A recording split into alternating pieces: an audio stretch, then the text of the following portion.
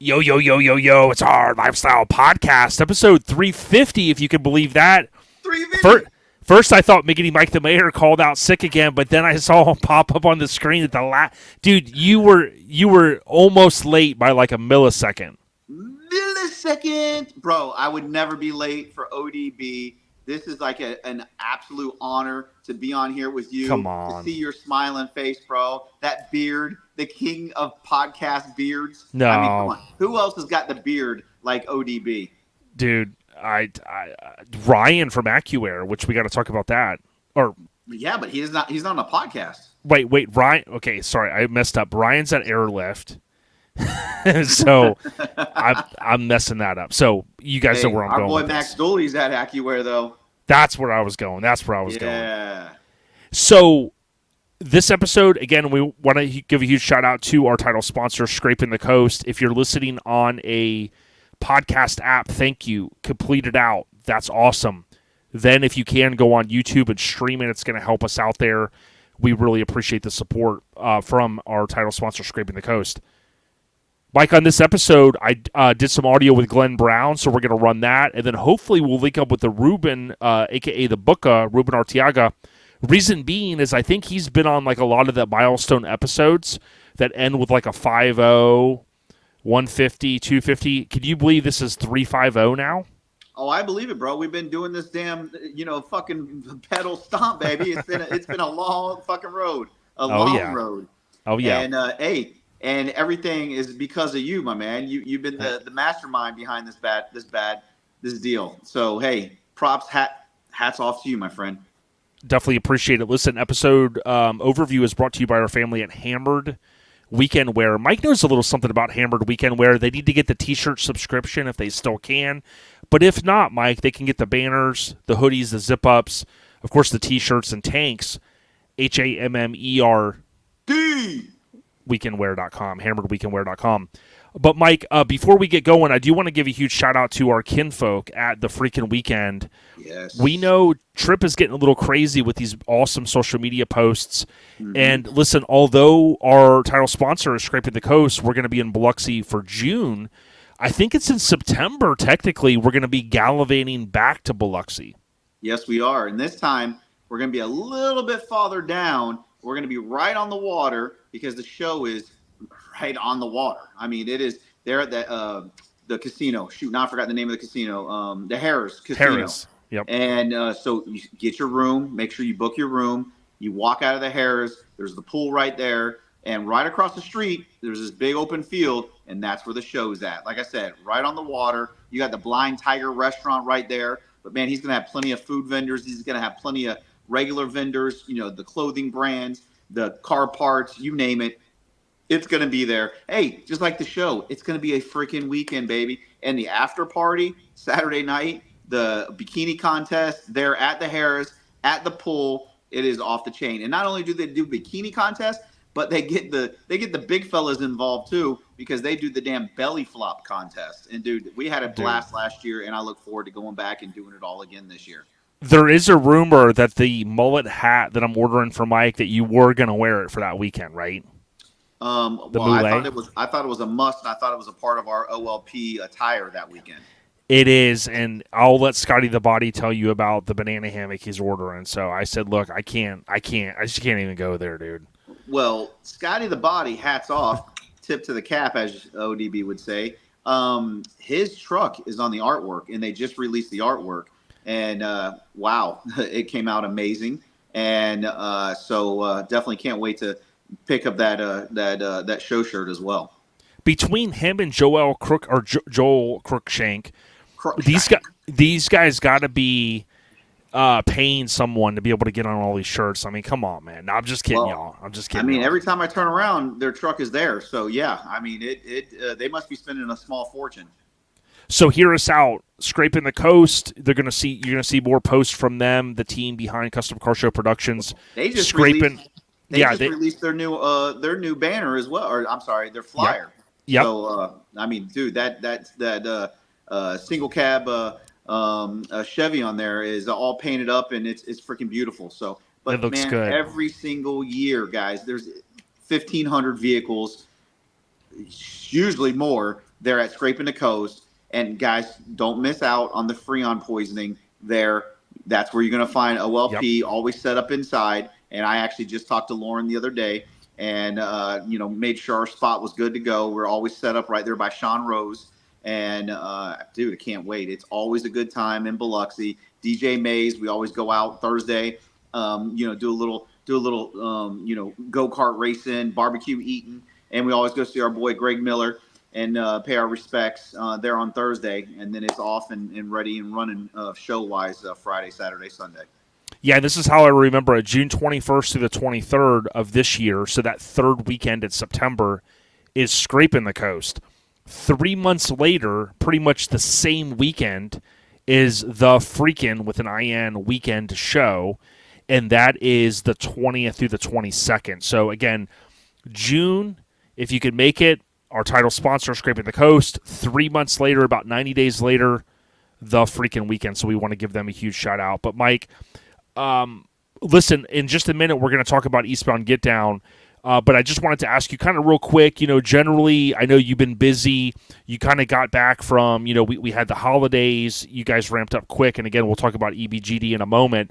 But you seem like you're back in the swing of things, man. Everything's running on all 8 cylinders. Well, actually, I think I'm down a cylinder right now, so it's about 7. 4 cylinders. No, actually, my truck, on my way back from Eastbound, my actual full-size truck, the check engine light came on, and so I gotta go take that to the dealership tomorrow. So I can't wait to get that bill. Oh yeah, you know what I'm saying? I'm sure that's gonna cost me an arm and a leg, but hey, it's all good. Anyways, yes, no, everything is good. Life is good, man. Busy as always. But at the same time, hey, you know what I'm getting ready for? Because I do believe it's not this weekend, but I think I think we got 2 more weeks. I think there's a little bowling in our future. Yep, the bowling tournament is coming up, and you got to remember the alley, man. Yeah, Dragging the Alley, and you have to remember that the crew that puts this on, I went last year and had an absolute blast. I think one of the big things that people forget is that, this is not a show. This is more of a cruising, and this is a fantastic... It's a show and shine. It's a show and shine. Because they do like a top 10, and I say it's Aftermath Car and Truck Club. They put it on, and they host the event. And there are, I believe it's a top 10, and then we got quite a few best ofs. And of course, but the Mac Daddy trophy of them all is, guys, if you don't know, this Dragging the Alley is a bowling tournament. Okay, it is a club versus club, and basically the club that bowls the highest score wins the bowling tournament and wins the bowling ball, the trophy. And this thing has been passed around. More times than Hank's girlfriend. On a Friday night, on a Friday, Saturday, or Sunday. And if I'm not mistaken, was it local minis last year, or was it hardcore, or was it who won it last year? I don't remember. I want to say it was out of control. Wasn't it Jameel and those guys? See, that's what I'm trying to remember. If it was, they're going to be ticked. We don't remember. I don't remember who. I mean, dude, I saw you last year. You had some drinks in you, man. So you were feeling good. Well, hey, that's the thing, guys. This bowling alley is awesome because, man, it's huge. Number one, huge parking lot, plenty of space out there for the vehicles. Then you come inside. They got the big game room, tons of arcades for all the kids, and they have a massive bar inside there. Love it. Full liquor, the whole night. In the rear, in the front, or just the front or the rear? Which one? Well, remember Jordan from RA Florida, he had on his truck, it was Lick, Liq, Lick Her Bar. Is that what you were saying? Lick Her? Yeah, liquor bar. Yeah. And so full liquor, great food, just a really cool place. And, the Aftermath guys. And so what is that? February 2nd, I believe, Jay? It is February 3rd, Saturday. It's at Boardwalk Bowl in Orlando. It starts at 1, the roll-in, and then 3 o'clock is bowling start. And last I heard, it's $100 a lane. It covers 5 bowlers. You can reach out to Aftermath Florida on Instagram. It's probably going to be the best way, I think. Yes. Just get in his DMs. It's Christian. Yeah, it goes down in the DM. Yeah. He's down in the DMs. He's down with the DMs. And but yes, guys, get signed up, secure your lane, and let's get bowling, bro. It's a club versus club, and let's go see who's got the best bowlers out there. Oh, yeah. General updates brought to you by our kinfolk at Lone Star Throwdown. We would highly encourage you. Biggest, baddest truck show in the country, LoneStarThrowdown.com. At the time of this recording, only, I can't believe this, 29 days. It is sold out from a registration perspective. However, you gallivant on down, and you're able to get a wristband that gets you in 3 days. Go see the vendors. Go buy a shirt from Lone Star Throwdown. Come see OLP. There's lifted, lowered cars, trucks, mostly trucks. I'll keep myself honest on that. But Mike, well, that's funny you say that because it's funny, guys. Airhead Nation, ODB is driving this year, and ODB is bringing a surprise to LST. Yeah, I might be. I'm bringing a Dash. I got to sell back to someone out there, don't I? Oh, that's right. It was a Dash. My bad. I thought you were bringing like an actual, surprise. Totally tubular. Totally tubular. I thought maybe, like bada bing. Dude, never disrespect the Bing, but you can never say never. 10 years ago it was there.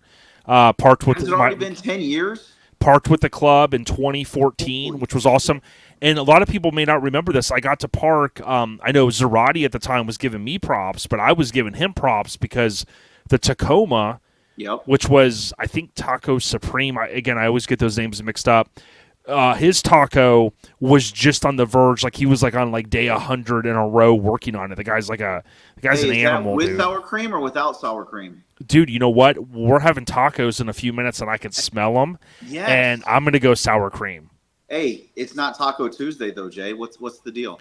Dude, it's way back Wednesday, and when I was a kid, and my mom put those taco shells in the oven to heat them up. Yeah. Dude, I was like Scooby-Doo floating through the air. What is that, like Old Paso? Dude, bro, my man, dude. I was right? You did, yeah. Yes. Dude, I was going to say, man. So, big ups. I was going back and forth on the trivia this week, and I figured I'm going to go easy on you this week, because we're trying to get your tick marks back up. Okay. But this is an easy one. I got one question for you, Mike. Are you ready? I'm ready to get it wrong. So listen, just name the first. All you got to do is name 3 80s TV shows. This is an easy one. 80s? Yep. Shit, but I don't remember if they're in the 80s or not. Well, that's where you're probably going to nosedive straight in the ground. For example, Three's Company. Was Three's Company in the 80s? I'm going to give you the credit for the 80s, yes. Okay, so the Michael J. Fox. Okay, different strokes. Yep, that is. Now, Three's Company was 76 to 84, but again, that's still an 80s show. Okay, so what about Different Strokes? Yeah. Hey, Willis. Yep. Okay. That's 80s all the way. I think that one was... What about Dukes of Hazzard? Was that 80s? Yes, I'm going to say all 3, and I'm going to give you the points because I'm looking up Different Strokes was 78 to 86, but I mean, let's be honest. It had Charlotte Rae in it, Edna Garrett, and remember what other show she played in. Ooh, that's the sister you're referring to. I think so, but remember when Drake said, I'm chefing up like Mrs. Fields? I think he was talking about Mrs. Fields was in, damn, I'm drawing a blank now. Oh my God, does ODB not know something? No. What was the show with the 5 girls on it from the 80s? The 5 girls. Man, I'm burying myself here. Yeah, you are. The 5 girls. Charlie's Angels? No, that was 3. Oh, my bad. Hold on, I'm messing up here. Yeah, you are. I can't believe this. Fields, this is a first. 80s. This is a first in OLP history. Oh, the Facts of Life. Sorry, the Facts of Life, and it wasn't Mrs. Fields. I forget her name on there, but I'm slipping up here. I'm trying to get this video stuff down. I'm trying to take tick marks from Mike. I mean, hey guys, I'm over here pulling the puppet strings. This stuff ain't easy, man. Podcasting ain't easy, dog. Trivia with Mike is brought to you by Graphics Mafia, GRAPHIX Mafia.com if you need stickers or decals.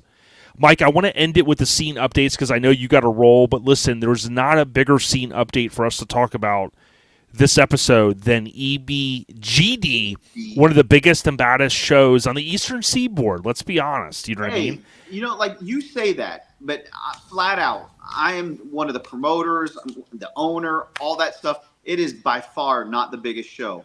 But I can tell you this right now, guys. We had a great, great freaking time this year. The weather was absolutely gorgeous. It was not freezing. But at the same time, nobody was sweating and nobody was hot. So, boom, hats off for that.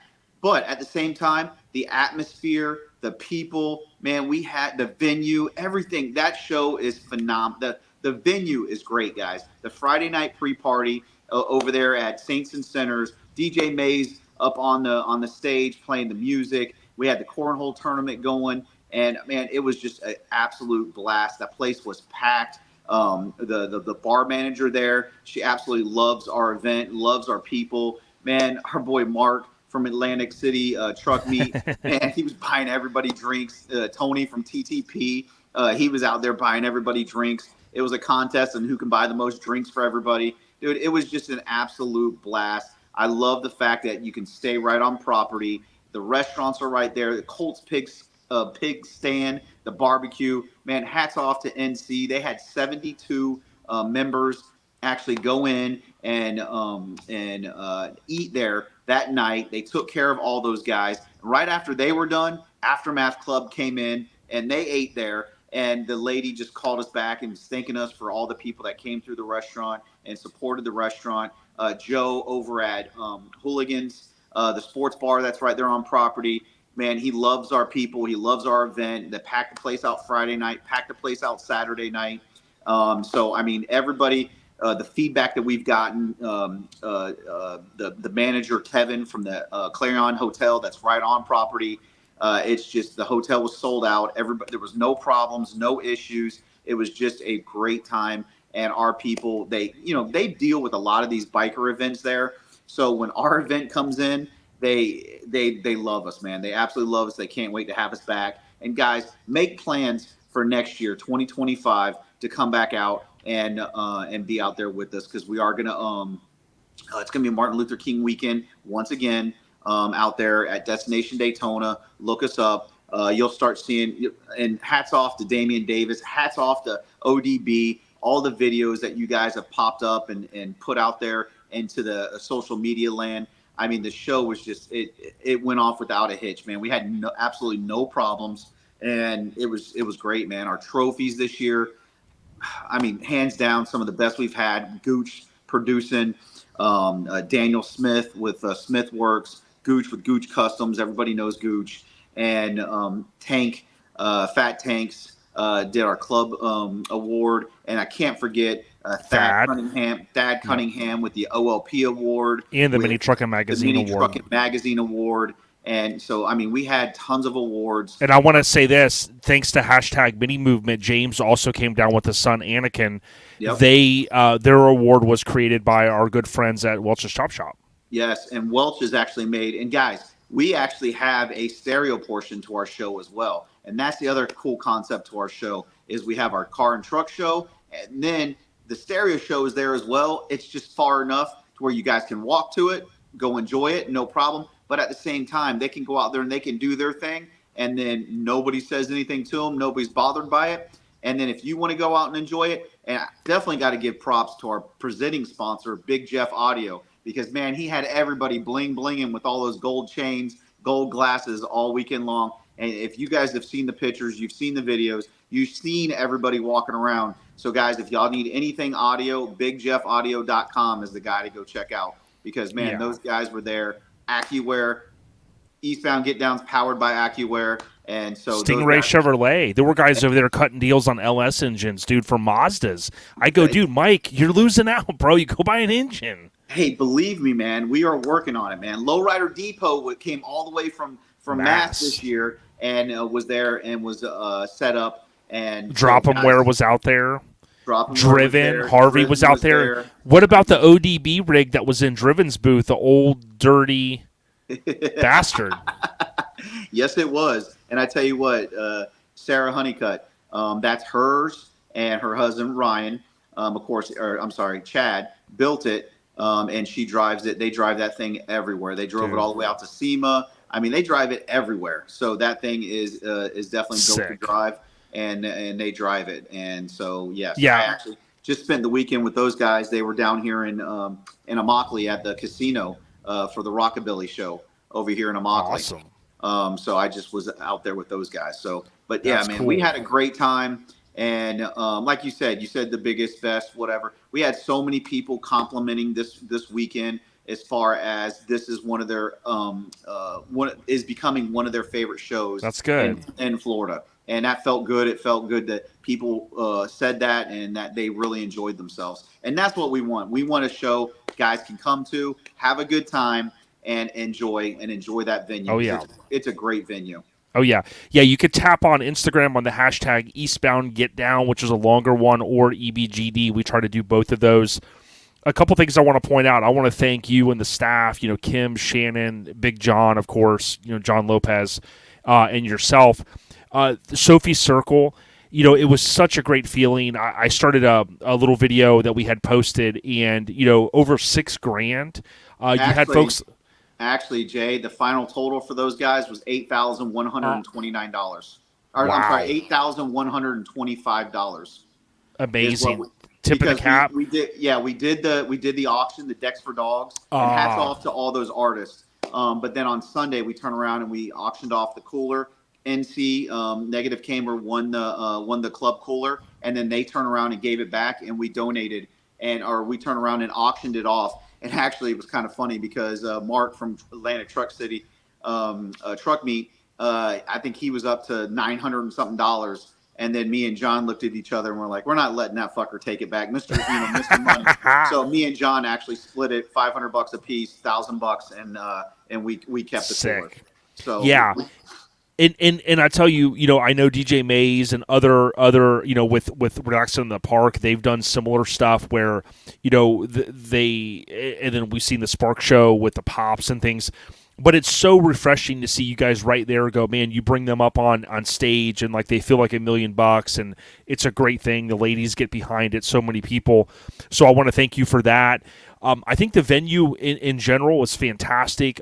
There's just a big open space, and I'll tell you this: like even on Saturday night, I didn't hang out at Saints and Sinners as long on Saturday. I did for a while, but it was cool. We went back to the main covered area.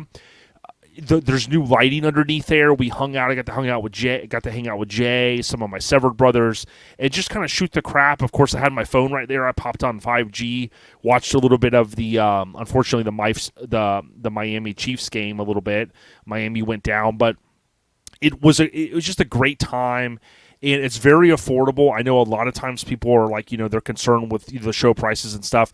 To me, you've got the option if you want the VIP parking, and if you don't, it's no problem. But to me, seeing a show go off without a hitch, it's really a testament to you and some of the staff that you have. And also all of the merch, it like flew off the shelf. Yeah, we sold. The funniest part about it is, and I don't know how I did this, but I ended up with 9 3X shirts left. I know, right? You're like 3X. It's like, how did I even order that? I don't know. But anyways, we got 9 3X shirts. If anybody needs a 9 3X or a 3X shirt, we have 9 of them left. Yeah, and at After Dark, the remix, which is coming up here in a couple weeks, we're going to have the OLP booth set up. Mike will have any of that leftover. I think there's a couple of skate decks that you may still have. We're going to have some skate decks, and we're going to have some. We'll actually have some hats, and we'll have the shirts. But the shirts are the main thing. The shirts are that's the amount. That's the thing that we spend the most money on. Shirts. So we only had 9 left. So believe me, I am not complaining about that. Oh yeah. And if you can come out, many of you are going to be at After Dark. Come buy a shirt, buy a sticker, do something. We just need to get a couple of bucks so we can make it to Scraping because to Lone Star. Yes. Because I'll tell you this. When we did that doggy style merch, which, by the way, everyone is available on our website, we did our biggest order ever because the more you pre-sale, the more you could say, you know what, let's ratchet it up another 50 or 60 shirts. So we had one of our biggest pre-sales ever, And that was a huge win because we have to get ready for Lone Star. But if anybody can't make Lone Star, come to After Dark and pick up the merch, because I can tell you this, we're going to hopefully come home pretty empty-handed, which we do every year. And that's a testament to people coming by and just going, hey, I love what you guys are doing. I'm going to buy some stuff. So come see us at After Dark here at Quicker Steak and Lube, which is the February weekend 17th, I'm pretty sure. the weekend before LST. I'm pretty sure it's either the 17th or the 18th. Something like that. Yeah, it's that weekend. So Saturday night, come by. But yeah, I'll just say this, dude. Eastbound Get Down, EBGD, the third annual, was a fantastic weekend. I loved that it snaked over to that across area. Fester was out there with the Floor Idiot stuff, and then you had, to your point, the stereo portion was so far out there that it's not bothersome to people that aren't, quote, bass heads, So you've got a good mix of everything, and people that walked out there said, hey, it was cool. I got to experience it, and then I came back, so that was great. And that's the whole purpose. Me and John both, when I say John Lopez is the partner, obviously, and we both love that portion of the show. But not everybody does. But that's okay. That's why we stick them out there. And they go out there, they do their thing. And I tell you what, those guys have a blast. They enjoy it because there's not many shows that they, Made of Steel is a big bass head show. And there's a lot of them out there. There's a lot of them out there. And so they got, two big shows to be able to go to be able to do their thing. And it used to be a lot more. So it's a good time for those guys to be able to get out there and do their thing. Oh, yeah, we're going to wrap up our segment here with Mike in just a moment. I want to reinforce a couple things. There's a ton of shows, as Mike said, that have opened their pre-sale with like the freaking weekend with their merch. I know Relaxing in the Park, I think technically their pre-registration is open. So I said pre-sale, but I meant pre-reg. So what I would encourage you guys to do, many of you are on Facebook. If you're on Instagram and that show is a show that you go to, go in there and click on the notification thing, and you can turn on post notifications so that if a Relaxing in the Park posts something, you can go out there and you'll know, and then you can get in, and you can normally save money by pre-registering. I mean, that's the big thing. Sure, some of the harder to get in shows are getting harder to get a registration. We get that. But there's plenty enough shows around the country for folks to be able to go to. And I think Corey's, doing the Mini Truck Showdown stuff again, so we'll talk more about that in the future. But the Scene Updates is brought to you by our family at Garage Gear Clothing. If you haven't heard, GarageGearClothing.com, they have sport trucks, mini trucks, full sizes, side-by-side. You can pick their merch up online or in person. They do have free shipping options available online, or go see them at Lone Star Throwdown, Garage Gear Clothing. Mike, I think at this point you got to run. So don't forget, you got to stay on just a moment for this to upload. I want to thank everyone for the continued support. What we're going to do here is I'll finish up a couple items. We'll roll into audio with Ruben Arteaga, a.k.a. The Booka. And then we're going to have Glenn Brown, Mike, as our title guest. And it's cool. We love the Custom Scene podcast. Glenn is a great guy. Terminal Takeover, baby, coming soon. Terminal Takeover coming soon. Stick with us a little while, folks. And, Mike, you stay on the rise, my brother. Hey. Airhead Nation, we out. Stay low, baby. Yo, so Mike had to drop. He had something going on tonight, so I'm going to finish this segment up before we get into the audio with Riggedy Ruben, the Booka. So I was thinking when I was talking to Mike, so I kind of messed that up. So if you think of the Facts of Life, and the lady's name was Mrs. Garrett. So when I went to eat the tacos, I'm going to finish this up. I was talking to my main squeeze, and I was like, I got Mrs. Fields mixed up with Mrs. Garrett. So when Drake was like chefing like Mrs. Fields, I don't know where my mind was at. But anyways, that's what goes through my mind, trying to get stuff right. But anyways, I want to, like I said, just move forward with a few things here that I'll cover. You're going to notice a reoccurring theme in 2024. I'm going to try to keep things as streamlined as possible and moving ahead, maybe some shorter episodes. I hinted on episode 349. 349 was not shorter. Totally understand that, but much more to come. So next we got Hut 1, Hut 2, Hut 3, Hut, Old Dirty Ballard live and uncut. And I want to remind you, if you can, leave us a rating. Most of you are on iPhones. The best thing you can do is go into the pre-installed podcasts app, which is purple icon, select OLP, and then leave a rating. Tap the 5 stars. It helps us. If you're on Spotify or a different platform, certainly most of those you can leave a rating. I know Spotify you can. I leave ratings for a lot of the true crime stuff I listen to, so or any of the podcasts I do. But please leave us a rating, and it helps us out. I don't have a lot to cover with ODB Live and Uncut, except for the positive message that I'll share with you. Recently, I went to a funeral last weekend for my aunt. It was like my great aunt, but we just called her Aunt Johnny. And, she lived a long, awesome life. I mean, she was well into her 80s. I think she was born in 1937. And, she just was an awesome person. But when we went to the funeral, I obviously talked with some of the family members we hadn't seen in a while, really some of them since the last funeral we went to.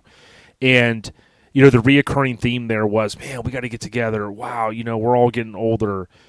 Someone's got to, get us together, once a month at someone's house, and, we just go, and whoever can make it can make it. That's something that many of you will hear, whether it's a high school reunion or it's a family reunion that's once in a blue moon, or in this case, unfortunately, a funeral. My feedback to everybody is going to continue to be the same message, like get out there, do what makes you happy, but also spend time with your loved ones that, you appreciate. If you've got a relationship that you need to, you feel like you need to rekindle or you need to patch up some things, certainly I encourage people to do that. I've tried to be a better person and do that with maybe situations I didn't see eye to eye with, or maybe examples where I was wrong. And whether, in my mind I was wrong, or other people were like, hey, you were wrong for, what you did, or maybe you didn't realize it. Trying to patch those things up has been a big thing. But I certainly, my Aunt Johnny, she was kind of like the fabric of our family. She never had issues with anybody. She always kind of kept everybody in contact and things like that, and I loved her for that.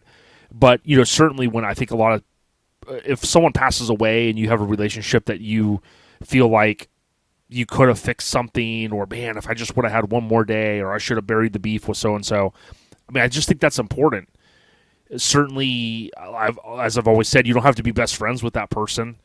There's people in the truck scene that maybe the Hatfields and McCoys, and they may never patch things up. But certainly when someone passes away or someone becomes terminally ill or sick, I think a lot of times people just go, wow, you know what? At the end of the day, was it really that big a deal? And a great example of that I'm going to tell you is, I know this one might sound funny, but if you think about NWA, when they broke up, and Cube leaves, well, Dre leaves, and then Cube eventually leaves, there was that big feud. All of you guys know I'm a big Dr. Dre fan. Think about the feud between Eazy-E and Dr. Dre, on record, saying some pretty crazy stuff, right? And Dre and Snoop diss Eazy, and, Eazy comes back with his EP that he drops and, says a lot of stuff, and puts out photos of Dre, in the sequins and all that stuff. But even though they went through all that, and us as fans say like, oh, wow, yeah, this and that, and, this is a cool track, and, F them.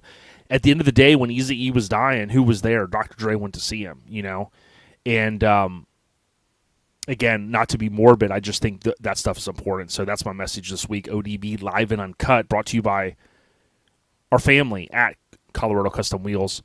Shout out to Michael and team. If you need wheels, look no further than Colorado Custom.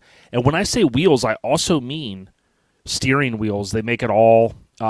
If you need something maybe that you're not sure if they make, like a rear view mirror or whatever, hit them up. Certainly give them the heads up what you're looking for. They're great people. If you see them on Instagram, the Colorado Custom, they're certainly doing a lot of cool stuff. They're doing the floater center caps now for the Lincoln wheels, which I'm sure that's going to pretty much end up with a lot of their different wheels. So they're doing some cool stuff. ColoradoCustom.com. I'd like to also go into a quick update here. So I hadn't talked to Mike about this, but I'm just going to make the executive decision. I've been wanting to do this for a while.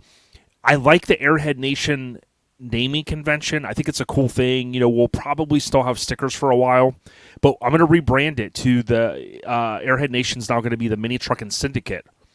So I know some people go, oh, such and such. Well, I'm looking right here. I've got an Ice-T newspaper headline that I kept from probably 1991 when Body Count album came out. I've been an Ice-T fan for a long time, and I've always loved the word syndicate.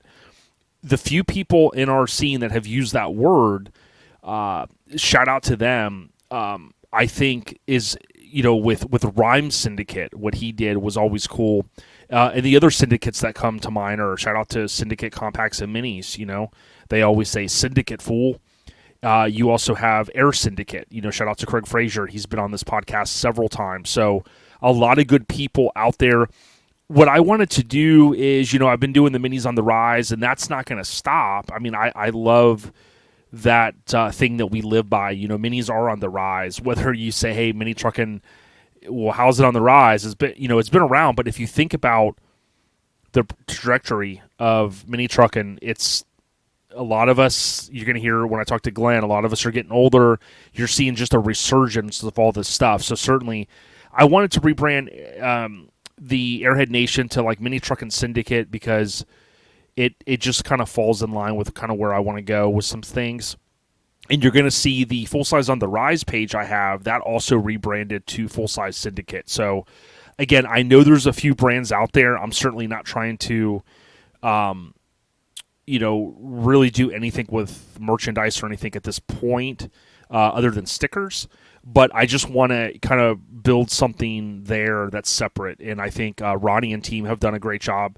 If you think about C10 Talk, they have the C10 Nation. And a lot of people in different genres that's a cool naming convention. You put Nation on the end of it.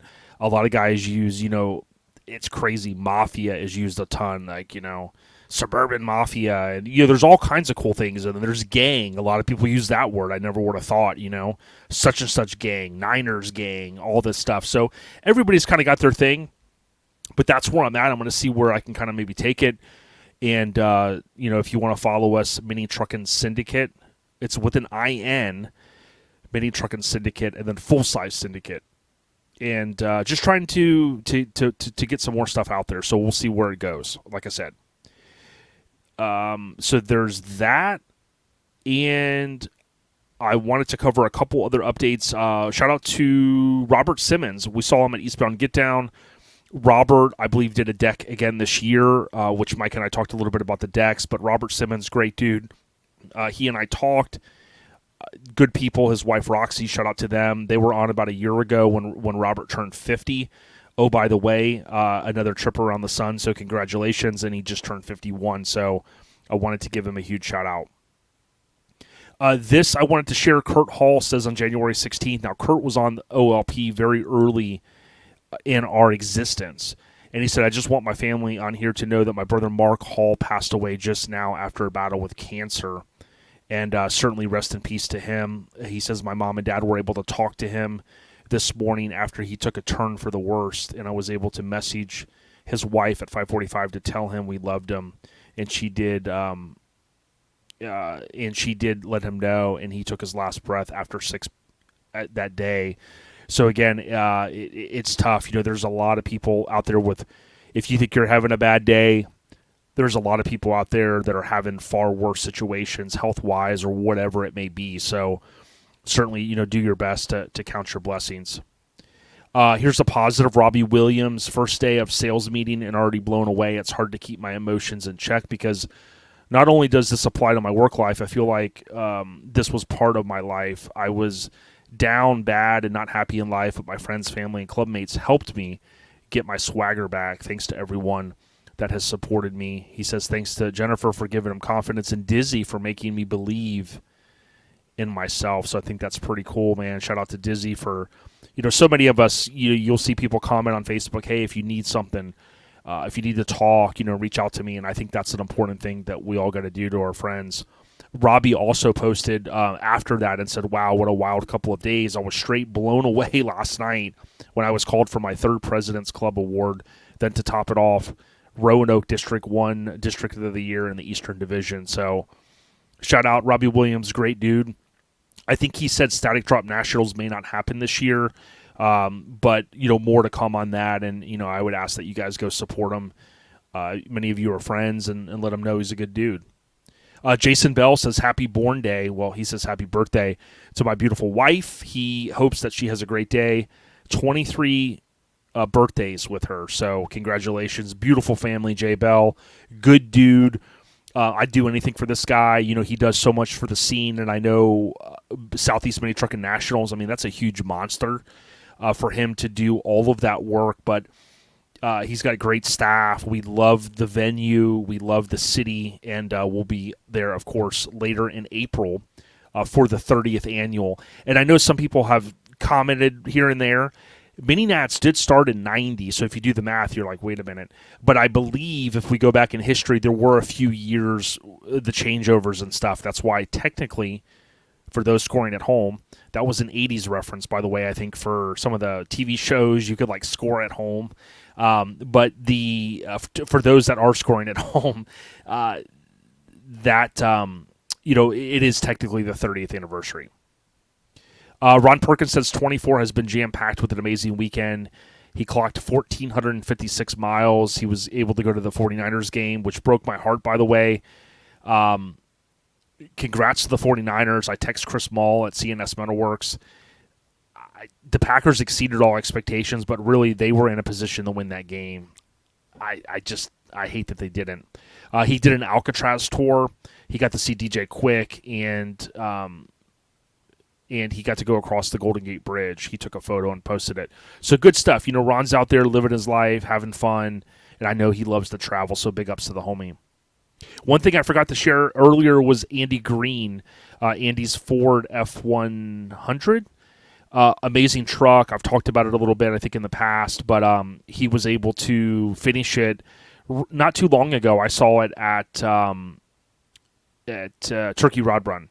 But he got Best of Show Truck at Eastbound Get Down. So I know Mike and I, our audio, we kind of had to get through it a little quicker. I would have loved to kind of go down some more of the great conversations I had with people there. I really, really, really enjoyed Eastbound Get Down. A lot of good people, a lot of club, mingling and stuff like that. And I just love seeing it. So big ups to the kinfolk. So with that being said, let me see here where I'm at. Airhead Nation, also known now as Mini Truckin' Syndicate. Are you part of the syndicate? I guess is where I'm going with this. Are you part of the syndicate? You will be soon. The Mini Truckin' Syndicate updates are brought to you by our kinfolk at Local Rides Mag. Now, Local Rides Mag is a magazine, a print magazine, and you can go to Local Rides, RIDEZ. So it's Local Rides Magazine, but the only difference in the spelling is it has a Z instead of an S on rides. LocalRidesMagazine.com, and you can go out there and you can purchase issues for as low as about $9.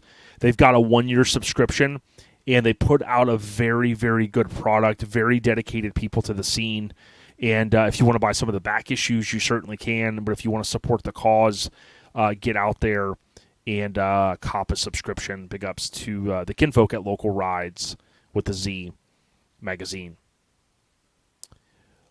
Let's see. And then lastly, the podcast updates. Number one, I started to say this earlier. Leave a rating for us. So I forget if I mentioned that. I think I did. But leave a rating on the podcast app. It helps us. All of the Doggy Style merchandise. So I say Doggy Style. That was our homage merch that came out basically 30 years to the day. That Doggy Style, the famous G-Funk Dr. Dre produced album with Snoop Doggy Dogg, his debut album 30 years ago that dropped. What we did is we aligned our recent merch drop with that, with that historic date, milestone rather. And you could go to ourlifestylepodcast.com or click the link in our Instagram bio, and you could buy merch. Now, as I mentioned earlier, We are anticipating this selling out at Lone Star Throwdown. We've sold a ton already, but we had to go very, very heavy on this order knowing that we were going to get ready for LST. So if you want to get in, again, After Dark, the Remix show in Clearwater, Florida, the weekend before Lone Star Throwdown, that's going to be your best bet. If you want to come out, you can save. You won't have to pay on the shipping.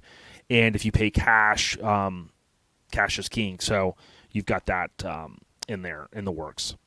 And then lastly, for the podcast updates, OLP Honors. So we did our honor show recently, and I want to thank Welch's Chop Shop for the support with doing, we ramped up, we did a couple extra awards. This stuff is not free. We pay for it with our own money, much of what comes back in from many of you making a purchase. And certainly we have about $300 this year in awards that we had produced, which is going to include our doggy style homage merch.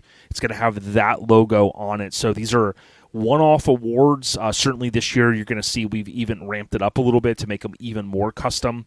So again, this is what we do to give back. There's no obligation that we have to do this other than we love the scene. Certainly I'll speak for myself and say I do. So I say all that to say thank you to Welch's Chop Shop. Good people. If you need awards for your show or you're in a bind, hit up Welch's with an S, Chop Shop. Certainly get with him and let him know. The earlier the better, and they're good folks. Go see him at Mini Nats. He's got a ton of cool stuff they sell. Him and his dad are good, hard-working American kinfolk, so I certainly appreciate them. I'm sure I'm forgetting some things, but I'm trying to keep things a little bit more streamlined, and I'm seeing my segment here is already going into almost 20 minutes, which I wanted to go less than that. So without further ado, thank you for all the support. Stay on the rise, and please stream this all the way through if you can on our YouTube channel. There's two versions. There's going to be an audio version that's always going to batch over, and then there's going to be a version of the video version. Please watch the video version. Take care, everyone. We got you. Ruben's calling me right now. Can you hear it? Right on time. Hey, like I said just a second ago, my phone was ringing, and I said if Ruben Arteaga was a train, like my dad would say, he'd be right on time. Hey, Jay, what's going on, buddy? Not much, brother. I was gonna I'm gonna share something real quick, and then I want to link up with you. But check this out. I want to give you the proper introduction that you're owed, because you've been on, I think, every episode that ends in 50, so starting with 50. I've been blessed, and thank you very much for the opportunity. Dude, we become good friends, and check this out. Nice. So I want to give you a shout-out. There's Ruben Arteaga, the Mini Truck Hall of Fame, standing right next to Shartsis and Hollowell, Mrs. Hollowell. Yep. And then let's not forget, not the cover of Mini Truckin', but also the Beltec ad, and then there's a behind the scenes. A lot of guys, Ruben, don't have the behind the scenes photos of their shoot. Yeah, you know what? I just happen to have just a point and click, disposable camera that day. Yeah, and how cool is that? I love like the history of like where the stuff was done, so that's cool. And then I had to just right before we got on, you saw me, I was pulling this one down. Let's not forget, this was technically, it wasn't the last issue, but it was the last truck issue, because I think they did like a model issue, the last one, right? Yeah, I believe so. Yeah, but Something that was like the that. actual, and that was the only cover that was actually shot with a live model on set. Usually they would Photoshop everything. Yep. Yeah, dude, you don't still have her number you could send me, do you? Just you kidding. know what? I might. Yeah, I do. Now, this is the C1500, because I want you guys to know, Ruben Arteaga, we've said this before, C1500 nonsense on Instagram. That's Ruben. And Mark, the other day when you posted his Tahoe, he texted me and goes, "Yo, Jay, I can't keep up with all the Instagrams. Whose was that again?" I go, "Ruben," and he goes, "Yo, tell Ruben good looking out." Yeah, no, thank you. And yeah, I actually messaged him. We messaged back and forth a little bit. Yeah, So, he's the big homie, dude, and he's real deal. Mark, I appreciate you as a friend, and I tell you, it was so good having him on. But yeah, I mean, people, I told him, I said, Ruben's good. He's always looking for good content, and that color of that Tahoe, though, man. Oh, dude, that Tahoe's hot. That Yep. is a nice truck. Oh, yeah. Now, this truck, though, I wanted everyone to know, I know I'm getting a little off topic here, but this is the one you still have, the stepper. Yeah, I still have that. I had that pretty much in a million pieces sitting at Chris's, and um, the motor's out of it. The cab's got to get cut for the body drop. But it's as soon as I find time, that we're gonna start working back on it. Oh, yeah, and I wanted to point this out. Rest in peace, Sean Carlson. I knew that you knew Sean. I did not. But when I was looking at this the other day for something, of course, this mentioned you also got credit in here because you provided one of these photos in here, which was cool, and I don't know if you remember that. Yeah, I do. I do that center picture right there on the bottom of the right underneath of the bottom. I took that. Yeah, I remember taking that. Yeah. Yep. And rest in peace. And one of the things that you and I always talk about is that there's so many good people that we've lost, and certainly when you linked us up with Trevor, that was one of my favorite episodes, and I get goosebumps just thinking about it because like I've tried to tell people in my post, I never knew Sean, but I knew, like, it was crazy back then. Even when we talked to, you'll remember Eric Cryan when we had him on recently with his Toyota, and he talked about how there's a little bit of the lineage from Sean's 4Runner, and that was a truck that a lot of us heard about here. And it's crazy that, all these years later, we're still doing this thing we call mini trucking. And we've lost a lot of good people, but one of the things I always want to do is kind of keep those legacies alive, as you know. Right. We might have lost them, but we sure haven't forgotten about them. Yep, that's for sure. Well, let me just start here and just ask you. I want to check in with you, man. How are things going for you? Oh man, things are good. Things are busy. Christmas is over. New Year's is over. Thank God. Back to work as usual. Life is good. Life is really good for me right now. Good. I'm hoping to. I want to come out to the Raddies event again this year if I can in September. And I know last time we didn't get a chance to hang out as much, but there's so many cool things that have happened. Like, you remember we talked about the new bridge that was built over there. Was it the 6th Street Bridge? I can't remember the name. 6th Street Bridge, yeah. And it's crazy how much news has happened there from a pop culture standpoint, because I know Adam the Woo and German in Venice. He goes over there a lot. But you saw all the stuff, like when they first shut it down, then they had the guy that climbed up the bridge and he fell. I don't know if you heard about that. Yeah, no, I heard about that. I even want to say I saw a video on that. As a matter of fact, I was just over there this past Saturday, and we didn't go over the bridge or anything, but I was around the corner from it. Yep. And it's still, I've been through there 2:00 in the afternoon on a Saturday night, and it's nuts, late right? on a Saturday night, early Sunday morning. And I mean, there's always people on there. There's always something going on over there. Yeah, and one of the things that I thought was kind of crazy was some of the videos I thought of recently. I know California is crazy, but German in Venice was showing where people went in there, and I guess they stole. They tried to say they stole the copper, yeah, but they had tore the light stuff out of there, and I was like, man, dude, it's getting crazy. Dude, that's been going on here for years, where people are going and stealing copper out of, whether it's new construction, old construction, bridges. Yeah. This was a while back. There was a guy that broke into a electrical vault on the side of one of the freeways. And his wife was in the truck waiting for him, and she saw him get electrocuted. I mean, there's the amount of nonsense or whatever you want to call it. I mean, that people are willing to do to make a buck. Dude, we got people here calling their cars stealing catalytic converters. I know that was a big thing, and that came over here. And I don't know if you had. I was telling my boss because they had to start parking our county vehicles in locked facilities.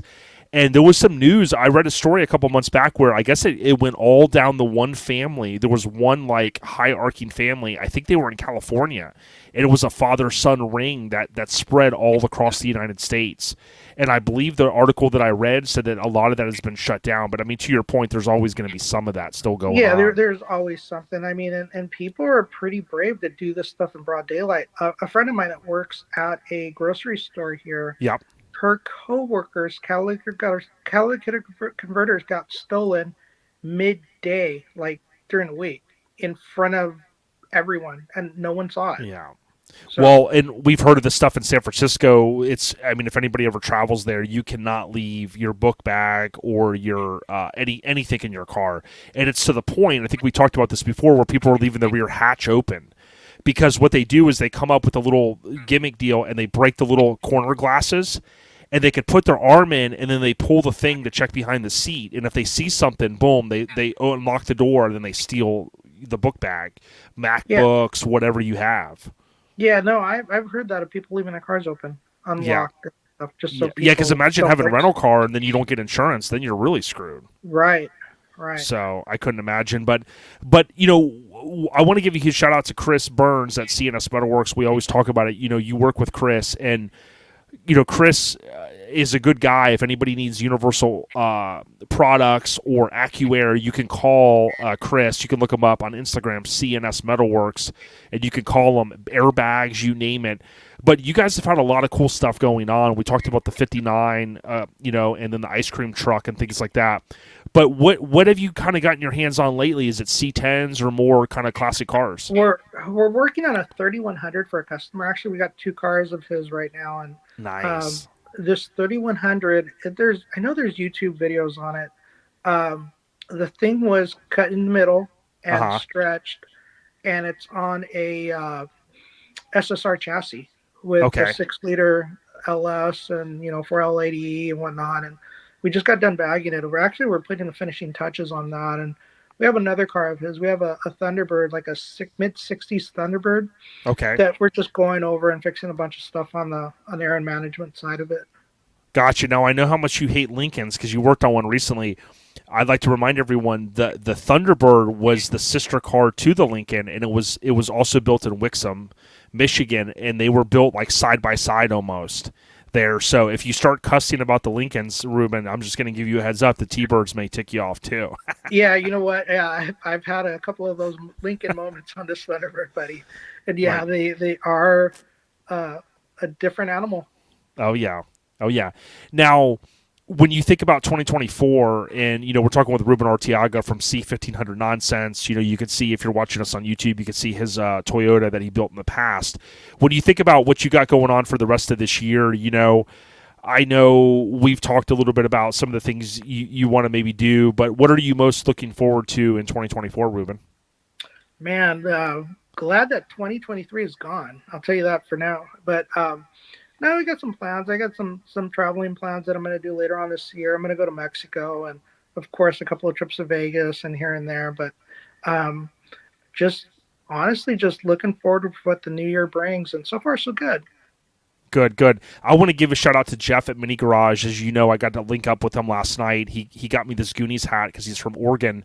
And, you know, Jeff is a good guy. I would encourage people to check out his Mini Garage YouTube channel. And, you know, Jeff and I were talking about health and stuff, and I know over the course of time, you know, you've kind of told me a lot of the things that you've been through.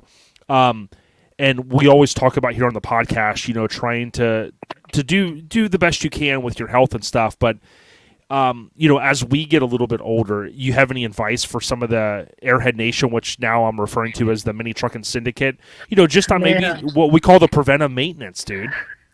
You know what? I've learned if something's not right and you don't feel good, go see a doctor. You know, yeah, it's a drag. You got to take a day off work, and you don't want, the last thing you want to do is go sit in an office somewhere. But you know what? Go see a doctor. Go see a doctor. I had a couple of issues back a few months back, and you know, I'm better now. But I've learned in the past that I don't feel good. Usually something's going on, and go see a doctor. Yeah, I think that's important words because at the time of this recording, tomorrow would have been my dad's born day, and he was born I can't believe 70 years ago. He passed when he was 63, and you know, Maddie's grandfather, he's in his mid-90s. He still drives around, and he still does the things he wants. And you know, I often think about, like, if someone passes when they're 60, you know, sometimes there's nothing you can do, but let's just say hypothetically you could do some preventive maintenance, and maybe you don't have a heart attack at 60 and you live till you're 85, right? That's 25 more years. You know, that's a long time. And again, you and I both know none of us can fully control everything. You know, Ice-T always says it, you know, tomorrow, you know, someone could bang into you, you know, and you know, or in a car or whatever. You don't want that stuff to happen. But I think the preventive maintenance to me is such a big thing. As many of us are in our 40s and 50s, it's like, just do those things, because if it can prolong your time with your family and your friends and your life here, I think it's a win-win. No doubt. And you know what? And a happy birthday to your father. Thanks, man. And you're welcome. And I, no one can make you do anything but yourself, whether Yep. it's quitting drinking, smoking, or whatever, or weight, Yep. whatever it is. I mean, everyone around you could tell you until you get pissed off and don't want to be around anyone. But until you put that mindset that, okay, I'm going to do this, I'm really going to do this, then yeah, you'll be able to. But we're all getting older, and you know what? It's a lot tougher. It's a lot tougher once you get older. Yeah, it is, and I think that's great advice. And I just think that it's good that we have this platform, and some people are going to listen to it, and there's some people that go, hey, man, it doesn't matter. I'm gonna do what I want to do, and I always tell people, hey, do what's best for you and your family. And I think what I've learned is, like even drinking or doing, whatever people do. Or eating, certain things or whatever. To me, what I've learned is like moderation is the key. Although I haven't been drinking now for over a year, I question, do I even need to go back to it? And I look at it and say, even if people don't want to go cold turkey on something, I totally get it. But I think moderation is like a key that I've learned. Whether it's spending money, which I need to get better at, not spending as much. In terms of just blowing money on stupid stuff, or eating certain things, it's just moderation. Right, and you know what? If you're going a little bit overboard on something. I mean, you're the first person to sense it. Yeah. Even if you don't want to admit it, but you deep down inside, yeah, I'm going a little crazy with this. I got to back off. My dad used to always say, every man should know his limits, whether it's alcohol or money or, I mean, help. There's people that have gambling problems, that's not something I can associate with. Right. I get Hank, like he'll give me like 100 scratchers to hang out with me, but a scratcher here and there, that's not gambling for me. Right. It's not. It's not like if you were hitting it every day that you're on your way home or you're going to a liquor store for, scratcher and whatever else, but. Yeah, because Hank's hit you up before. I think when he was, his house was like, he was talking about mortgaging the house because he had a hot hand at the dog track. And I was like, look, man, like, dude, you don't want to go like Homer Simpson did in The Simpsons when he had to bet on Santa's Little Helper. You know what I mean? He's probably been there. Right, he has. The cool thing is, I think there's going to be more information coming about the Mini Truck Hall of Fame. I know, for those that watch the live stream with the West Coast Influence, on their YouTube or their Facebook page last year, or anybody that was there like Ruben and I, you guys heard Bob Hayes was going to, step down, and I know he's got some health challenges going on, and, we are saying our prayers for Bob. He's a great guy, as you know. He's been around forever, and, I'm just excited, outside of what he's got going on with, whatever the committee can do in the future, because I know, Ruben, as I mentioned at the beginning, you're in the Mini Truck Hall of Fame. Relaxed Atmosphere is in the Mini Truck Hall of Fame as well. And I think, like, one of the good things, how I feel about this is, I want to get the right people in, the people that really put the time in. There's so many good people, and sure, like, how do you not water it down? But let's get the right people and let's give them their flowers while they're here. No, for sure. And there's a lot of people. There are a lot of people off the top of my head, and we've had these conversations that I think their names need to be brought up, and I think some of them need to be inducted. And yep. And I'll be honest with you, it was kind of a sad thing to see Bob kind of bow out and not want to do this anymore. But you know what? I get it. And it's hard work. It's a lot of work. But also too, I think this also gives the Hall of Fame a chance to grow. Yeah, 100%. And one of the things that that I wanted to point out as well, and I'm going to pull this up here. Again, Bob Hayes, we wish him the best. I know he has shared with Radar and I that he had some things going on, and I think he puts a lot of it on Facebook. He was talking about daily updates and things like that. But for those that didn't know, I had told Bob Hayes that I was going to, promote this for him as much as I could. But Ruben, as you know, he did decide to bring back resolutions, which is, now hear me out, guys. This is going to be a little bit ways down the road. We're talking December 31st of 2026. So this is 2024. Next year's 2025. We're talking the end of 2026 into 2027. And Ruben, my understanding is what Bob explained to me is he's bringing the 50th back because it's going to mark the anniversary of the first one. Right. Yeah, I heard that. I heard that. So we wish him the best. And again, for anybody that's following Bob Hayes on Facebook, I know his wife has posted some stuff. Today, at the time of this recording, I think it was technically last week, he had his surgery. So, we're wishing the best for him. But how's everything else going in general? You been good, Ruben? Oh, dude, I've been great. Like I said, Christmas always kind of throws me for a loop. I'm not not a Christmas person whatsoever. But it was nice. Had a really good time with my family and my girlfriend. And, New Year's was a blast. We got out and, kind of painted the town red a little. And, but everything is good, man. And work is steady. I got more work than I need. Good. Always staying busy, and everything's great here at home. So, I can't complain. Well, from number 50 to 150 to 250, I would have never imagined years ago we'd be on episode 350. It's always cool to link up, and I would tell people again, many of you are following C1500 Nonsense. He's a good dude. Follow Ruben there. He's got his individual page as well, but then also Chris at CNS Metalworks on Instagram. If you need universal air products, AccuAir, bags, fittings, you always say it, Ruben, they can hit up Chris Burns. Yeah, hit up Chris. Send him a message on Instagram. That's where you'll catch us on Instagram. And whether you need advice on something or parts, give him a call. Hank Norris taught him that it goes down in the DM, right? It sure does. I just hope Jen's not listening. Jen, we were talking about part sales. You know what I mean? Yeah, those DMs will get you in trouble. Well, listen, we want to thank everybody for listening this far into the show. We do have our title guest Glenn Brown is up next, but I want to thank the kinfolk at Mini Truckin Nationals, aka Mini Nats. We're going to be out there the third week in April in Maggie Valley. If you are anywhere near there or want to fly in, please do so. Buy some show merchandise, get a wristband, come in for the weekend. Shout out to Mini Truckin Nats. Ruben, thank you so much for the time, my friend, and stay on the rise. No, thank you, and congratulations, you and Mike, on this milestone and having me on so many times. I really appreciate it. Thank you. You're welcome, Ruben. Hey, I'm so excited to sit down with the big homie Glenn. He's been on his list a while. This interview is brought to you by our family over at AccuAir. They were at Eastbound Get Down, and a huge shout out to AccuAir. Visit their website for more plug-and-play applications for your air suspension needs.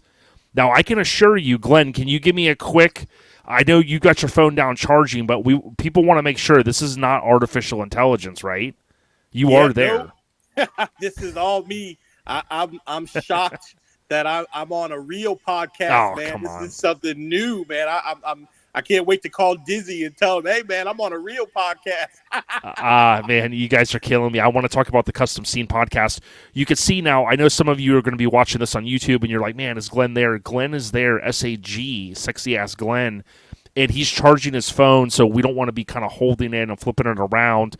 Remember, this video stuff is new for us, so bear with us. But, Glenn, for those that don't listen to the Custom Scene podcast or maybe haven't experienced it, talk to us, give us a little bit of background on who is Glenn Brown. Well, to keep it clean, I've started back, man, I'm old. I'm an old school guy, old fella. I've been around the mini trucking scene since mid 80s, and it's a lifestyle, man. And I love it. It's funny how I run into people that I went to high school with, and they're still, they're like, oh my God, you're still in that mini trucking thing, and I'm like, y'all got to understand it. It's a lifestyle. I love it. I've been around, man. I've been to, shows that have come and gone, and, just seen different things come and then leave and then come back again. And, I'm here, I love it. We decided to start the Custom Scene podcast, and that's with my buddy, my partner, Dizzy Don Davis, and everyone knows, Dizzy and the things that he does. And we just kind of, bounce back and forth off of each other, having fun, going to these shows and meeting people and meeting people in the scene and, just coming up with different things to keep you laughing and having fun. Oh, yeah. And I appreciated that about you or other folks. A lot of times we'll hear people say, hey, if this hobby isn't fun anymore, or any hobby isn't fun anymore, that's when it's time to throw the towel in. And I think like there's folks out there like you, like some of my mindset. It used to be, I want to go to a show, I want to set up my car. Now I like going to a show and maybe doing an interview with someone or having you on as a guest for me to get to know more about you, because we, like you said, we've been doing this a long time. You've been doing it longer than I have, so I want to get into that. Now, for those that are watching us on YouTube, you can take a look. We got a photo here of Glenn in front of Trash Bag, the awesome Mazda. I love that thing, and you guys are always having a good time. But talk to us. You kind of gave a little bit of insight to, like, you've been doing this a long time. Like circa, I don't want you to date yourself, sorry, but like when I posted some old Myrtle Beach stuff, right, from Truckin magazine, you chimed in. Like, are you talking like mid to late 80s? You really got invested in this thing? Yeah, dude. So I think that was Mini Beach Madness that you had posted up, and that was, in Myrtle Beach. Pretty much to start it off, I still talk to the fella. Guy's name is Brian Martin. He was the one who got me started into the whole, mini trucking scene. We were at high school. I was a junior and just about to get my license.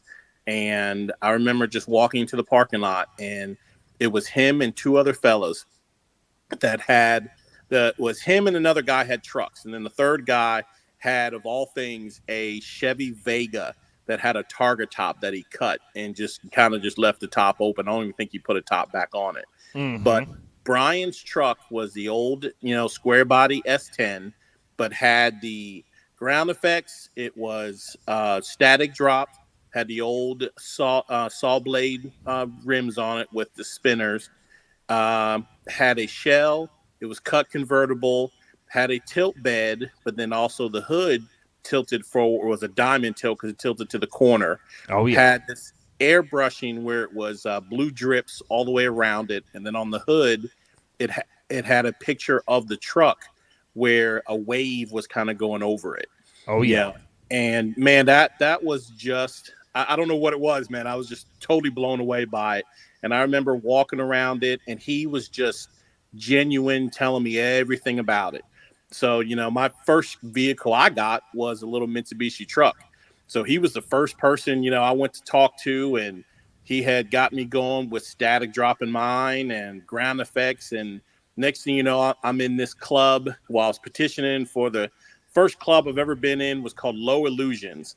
And the best thing I remember about that was we all had these matching satin jackets with the logo. Ooh, yeah. It was pretty much, it was etched in, it wasn't like a silk press, it was actually like, everything was etched in. And man, when I got that jacket, man, I think I wore that damn thing to bed because I was just so excited about having that damn jacket. But yeah, I mean, that was 86. And yeah, I mean, I've been a part of it ever since. Wow. It was one point we ended up, I think I left it. It was getting where it wasn't fun. We were all as a group and we should do things together, but some internal things was going on. So then I ended up starting another club with guys I went to school with, and that was Smooth Style. And we took it up far. I mean, we still meet to this day. We just had our 30-year reunion, and the club isn't around, but we all still talk, and we all still, it's weird because even our children are all hanging out together, and it's just, it's funny, to see, our children hanging and stuff. But yeah, I mean, back then we threw a show. It was called, what was it? Slamathon. We had Joe Grease fly into Charleston, and it was in the Mini Truckin magazine. And man, it was, again, a lifestyle. We all, just hang out. We talk about our rides. That was when we used to go to Nopi Nationals when it was in Atlanta at the Lakewood Exhibition Center. That was big for us. And then Godfather's Customs, that was a big show that we would go to. And then that's when I forget the guys who used to throw it, but it was a Whitley show. And I think it was two brothers that would travel everywhere and throw shows, anywhere that they could. Yeah, rest in peace, Greg Miller. Greg told me a lot about the Whitley shows and the history and how that tied into the Bill Cox shows. I know you'll probably know that name. Yes, Bill Cox, yes.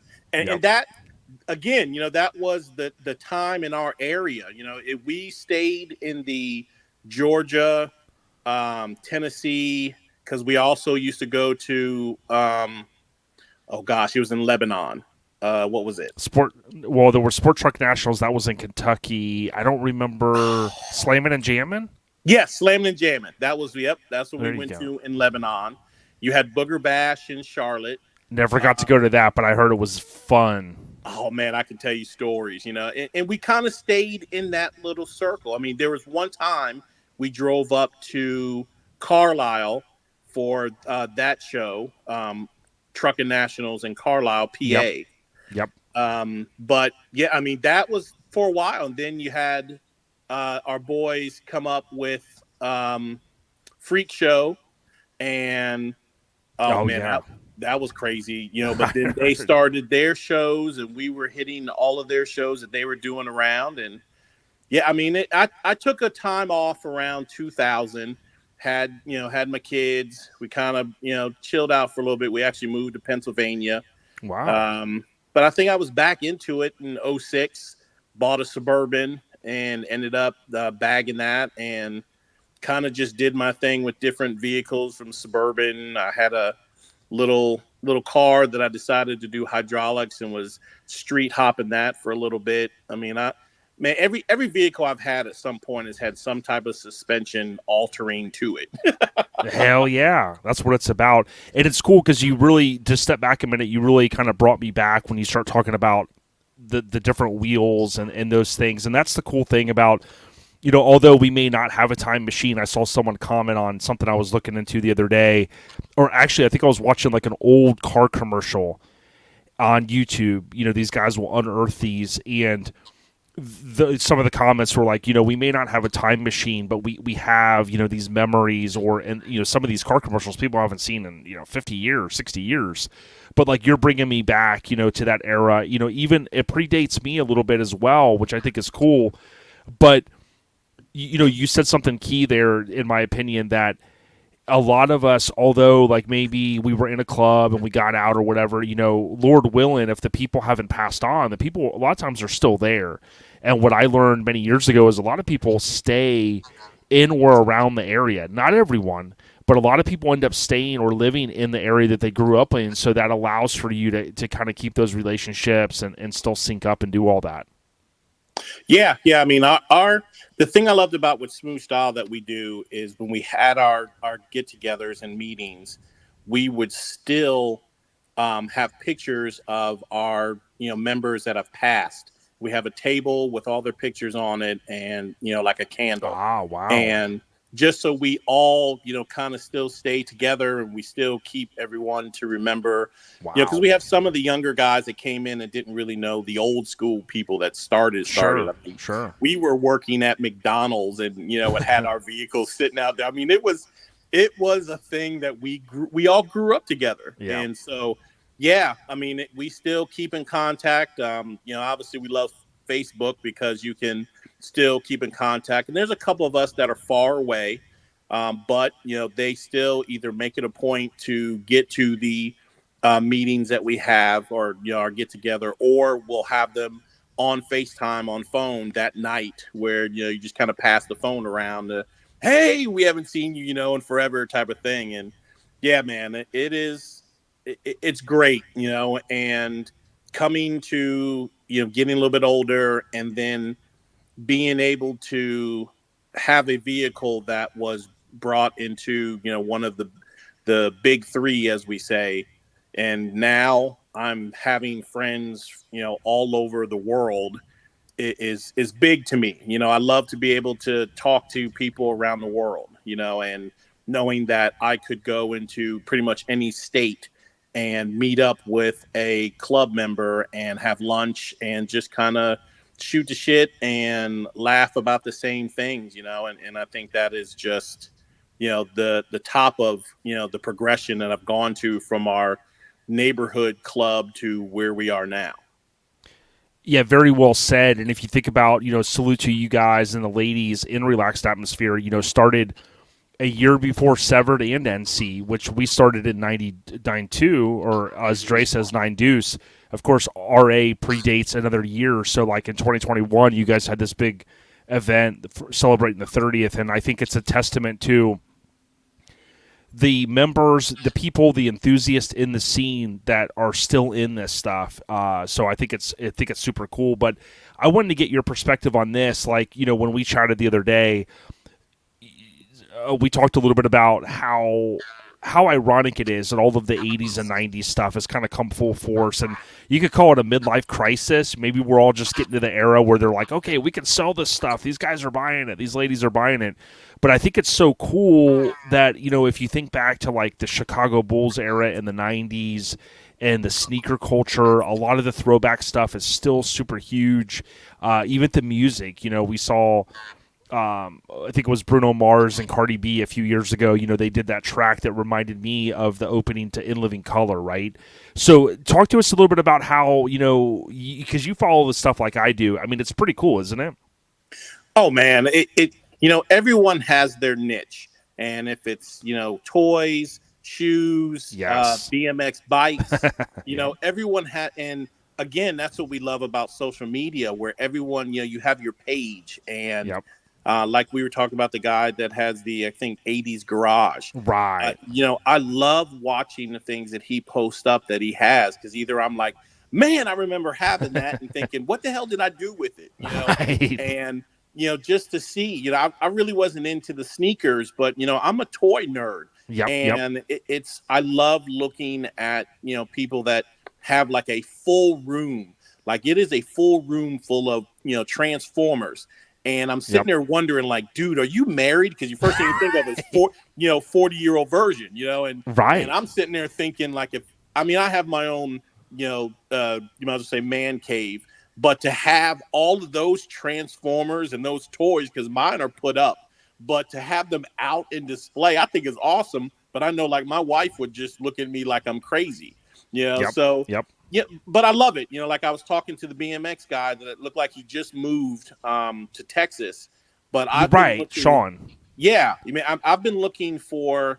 I've been looking still for the Huffy Sigma, which is white and gray that has like the disc over the wheels. And I think he has one. Man, he had 2 of them, but he sold one, and I didn't get there in time to actually know that he had it and stuff like that, because when I came in, he had already gotten rid of it.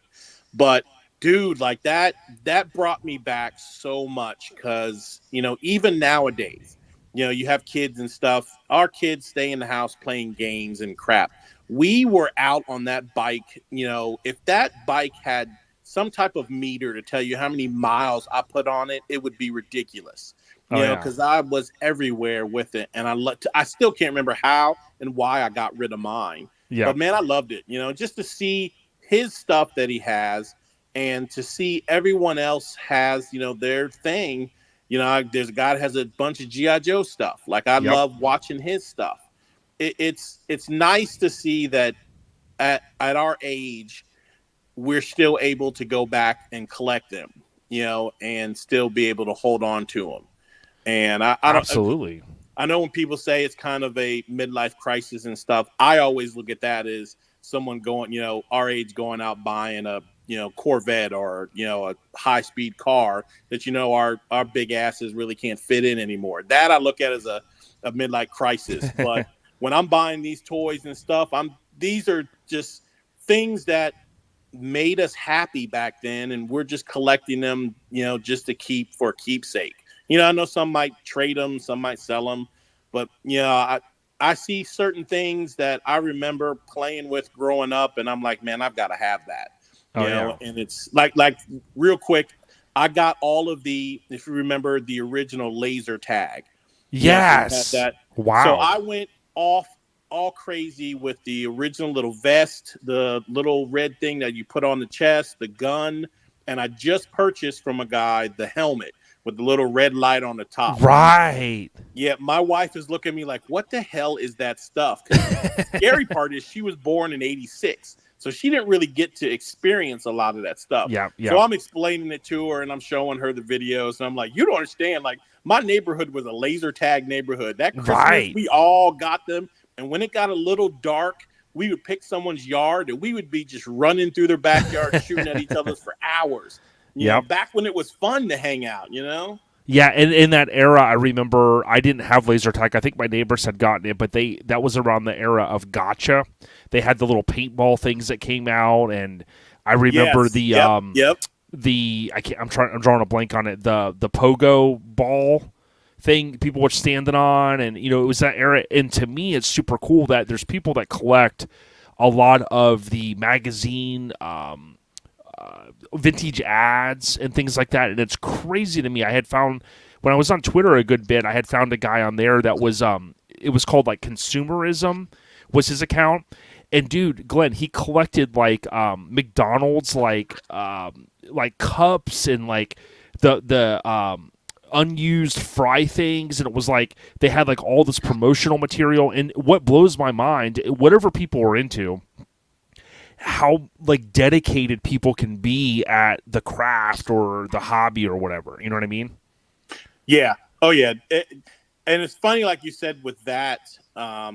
So my mother was like a manager for McDonald's for years before she switched over to Taco Bell. And she had all of those old school glasses that had all the characters on it from 70s and 80s. And I used to always tell her, don't do anything with them because I want them. And either I was going to hold on to them, or I saw like some of them went for some pretty good money on eBay and stuff. Yep. Yeah, and I'm sitting there and like always, my mother doesn't listen, and she literally took them to a Goodwill and just dropped them all off. And I was, man. But yeah, just collecting all of those old school stuff. Like I had ran into a guy that kept the old Toys R Us. Remember right before Christmas when Toys R Us put out that ad, man, I had so many of those ads that I would have to circle for Santa. You got to mark which ones you want for Santa. Man, that was again, looking at those, just it brought you back, and it's crazy how now they don't have that. Obviously Toys R Us isn't really around, but I hate that my kids didn't get to relive that, to be able to sit there and mark off the magazine and go through it and like, man, I don't know which one I want, and it's a little disheartening, but that's the way it is now with the life and how our things are going. But I love it. Yeah, and you can relive so much stuff through YouTube. There's a channel, I want to say this is the right channel. It's called Secret. I think he changed the name of it. I think the YouTube channel is called Secret Galaxy. It used to be called Toy Galaxy, I think. But like he does the amount of in-depth review that he'll do on like a G.I. Joe franchise or one single toy line. And I'm like, the amount of digging and journalism that goes into, quoting and who created it and all that, it blows my mind. The other thing I wanted to say was, like, I remember the feeling of going in Toys R Us. We had one in Tampa. I didn't get to go to it very often, but that was a cool feeling. But this will bring you back. When we were younger, I don't know how we would get them, if they would come in the mail, but you remember the Sears catalogs? Oh, bro, yeah. My mother got them all, and then it was all. I mean, okay, look, from the Sears catalog. Was it great for a boy because we were in the section of looking at all the toys and stuff and marking yes, but then you would go to the women's section, you get to see women in their bras and all that stuff. Like that was our time, man. That was the closest to nudity that we got to. Dude, Hank Norris loved that. I heard, dude, that he used to shoot all that stuff. But dude, here was the crazy thing. what I used to, and there's people that collect that stuff, like you said, there's Instagram pages they'll flip through around the holidays. Oh, look, I got the 1987. But I used to think to myself, like, how cool would it have been to have the job where if you look back at some of the old G.I. Joe commercials and you see, like, the two kids playing, and of course it would always say, like, play set not included, because it was like they had this cool, like, stage that they were playing all the toys on, and I'm thinking, that ain't my backyard. But it was. Exactly. I always loved the photos they would take of, like, the helicopter and all that stuff, and I always thought to myself, like, that would have been a cool job to have. Oh yeah, completely. Like, even with me collecting my G.I. Joe, I mean, I'm not even gonna lie, I collected it up until my freshman year in high school. Boom! And I love remember it. I had it all set up in my room, and I would have the helicopter hanging from the ceiling because I have it on string, and I had the USS Flag in the corner, and I had all my and it was my freshman year. I'll never forget my buddy that I was in Smooth Style with. He looked at me and he was just like, dude, you are never going to get laid until you get rid of all these things. And I'm like, I can't get rid of these, man. Like, what do you mean? And he's just like, dude, you got to put it up. Like, no girl's going to come in here and do anything with you. So that was, my freshman year. I remember that summer coming into freshman, I was like having to put all of that stuff up, and it broke my heart.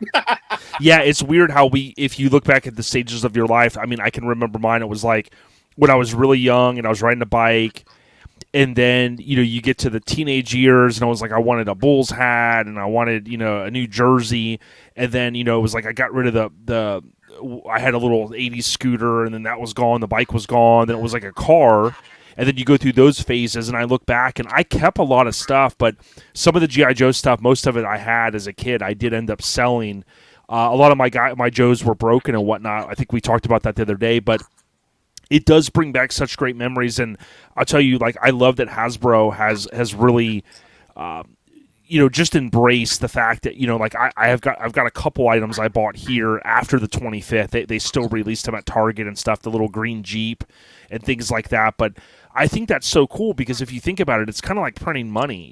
They do a lot of those through the HasLab or whatever it's called, where they've got to crowdsource it or crowdfund it till it gets to like 200 sales or 2,000 or whatever that number is. But to me, I think that's super cool because it allows for people like us to go buy. Like I so wanted to buy a couple years ago the All Striker. They put that back out. Oh, yes. And I was like, I should buy this. I'm like, man, I'm out of room because I collect so much stuff. So, but again, I think to me, to sum it up in my mind, it's like we're living in a great time because a lot of our childhood stuff was so epic that they go, hey, we're going to reproduce it. Oh, yeah. Yeah, dude. And my favorite part also is even when I'm at a store and I'm looking at the stuff, there would be a guy to come up, and I don't know him. We've never met before. Sure. And next thing you know is him and I are talking about all, of whatever toy that we're looking at. Did you check this out? And again, that is where it brings us together, and someone that I would never, probably never talk to in my life. And here we are. We're almost like best friends talking about these toys. And yeah, man, I am happy and just overwhelmed to the fact of being an 80s baby. Like we went through some stuff, man, and I love it. I would never change a thing. The TV shows and all that stuff. I mean, I know I always joke with Mike, he hasn't watched a lot of stuff, but like, dude, when I was a kid, I got to say this. So Hardcastle and McCormick was this like 80s show that ran for 3 years. And I loved it as a kid. I think because, you think about, we had Dukes of Hazzard, Knight Rider, A-Team, and then you have the Hardcastle and McCormick, and it was like the Coyote car. And it was like, man, as a kid, that's so cool, And I've been going back and rewatching and my wife's like, man, what is this? She's like, you're probably the only person. And then I was looking up the filming locations, and I'm like, oh, man, no wonder this house was so cool. It was, it was owned by so-and-so, and then they rented it out to the movie stuff. But I love that we can relive all that because people forget that in the 80s, if you didn't have a VCR and you didn't record something, dude, it is mind-blowing when I sit down on my TV and it's like we've got YouTube TV, we've got like every streaming service, unfortunately. We're one of those people that forget to cancel it, but we're using all those. And then her father gave us access to one of the apps. It's called Friendly, but it's like without an I. It's like all these old shows. And here I am watching like Alfred Hitchcock things and all this stuff. And I'm like, it's just so crazy that everything is literally like just a click away. Yeah, no, growing up, you missed it. And you're right. If you didn't have a VCR, they didn't have what we called reruns. Right. You didn't have that. So it was like you had to be home to either watch it or record it. Because I tell you, growing up, I was determined my ass was going to be the next person flying Airwolf. That was my thing. I love that show. Yeah, and dude, like one of my guilty pleasures when I was a kid, dude, I don't know what it was, dude. I love that MacGyver show, bro. I never talked about that.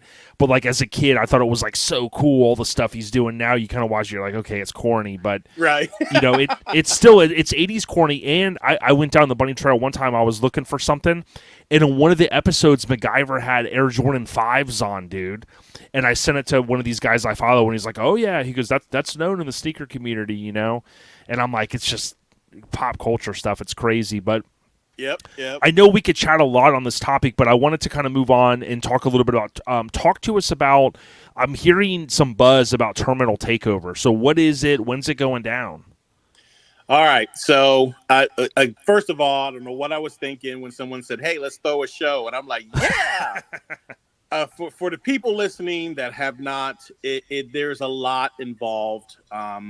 This is not my first go around, but this is my first go around by myself. And so I decided I'm here in Greenville, South Carolina. It's just kind of one of those things where I ran into the venue, talked to the people, and was like, man, this would be a cool place to throw a show. So March 22nd, which is a Friday, and March 23rd, Saturday. The show was actually Saturday. Friday is just our pre-party. I'm going to have John Malloy there slinging his barbecue like he always does. Having a little auction, just kind of a hangout type of thing. But what's cool is I thought, why not something a little different? We are actually going to be at an airport, downtown Greenville Airport, on the tarmac. Awesome. So during that day, the airport is open and planes will still be landing and taking off. Wow. And you will be a rock throw from it. The thing that I like about it is they cater to it. They have a huge kids playground that is right next to the tarmac. So kids get to, watch, and that's their thing. But it's set up completely to be family orientated. We have a nice place that will serve us food. It's called a Runway Cafe. They're between them and John Malloy that Saturday. It's going to be great. We start at 8:00. Everyone's going to be coming in. Just the space that I have. This is my first show, so I have not literally been able to get cars onto the tarmac to kind of guess to see how many I can. Understood. So I guessed it around 250. So I'm going to stop it at 250. Now, maybe next year, I'm sure we'll be able to have more because the airport committee, they're so excited about us coming. Cool. But they want to make sure, everything's cool. But he said that like next year, we can open up to a lot more, which means, I'll have 3 or 4 more airplane hangars to where I can have people park in an airplane hangar.